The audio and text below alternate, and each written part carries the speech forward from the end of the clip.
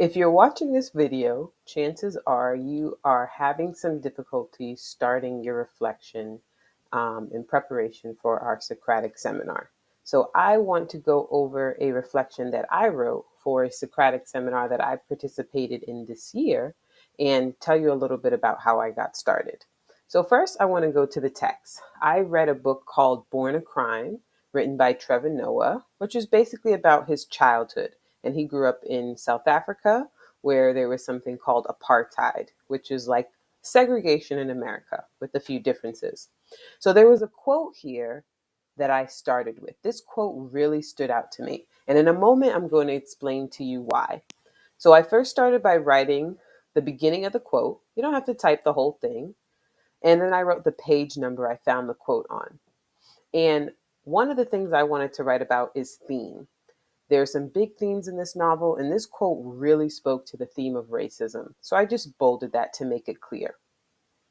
So when I was writing, the first thing I started with is explaining what the quote means to me. Before we can write about something, it's important that we have a clear understanding of what that idea or concept is. So I said, this quote is important because it gets at the root of institutionalized racism, which, as Trevor explains, goes beyond individual prejudices. And then I went on to explain what I thought was a deeper definition of institutionalized racism, which captures an idea that I learned from the text. So I'm putting my own learning here. Institutionalized racism is maintained by the separation, whether that separation occurs in schools or communities or church halls, of people from different walks of life. The separation of difference is a requirement for racism to thrive. It is the soil it needs to flourish. So I've explained what I think this quote means. Now I need to talk about why I picked it. Why did it resonate with me? And I said, this quote spoke to me because it speaks to my experience. So growing up in the city of Boston, which I read a very interesting article. So I'm making a connection here in the Boston Globe that described Boston as the most racist city in America. So I felt like I had an understanding of segregation growing up in a community where I went to schools that were not very diverse, and even some neighborhoods in Boston, you see one type of people. You don't see Black and white people living in the same communities, at least not when I was growing up. Things are changing and moving in a more progressive direction now.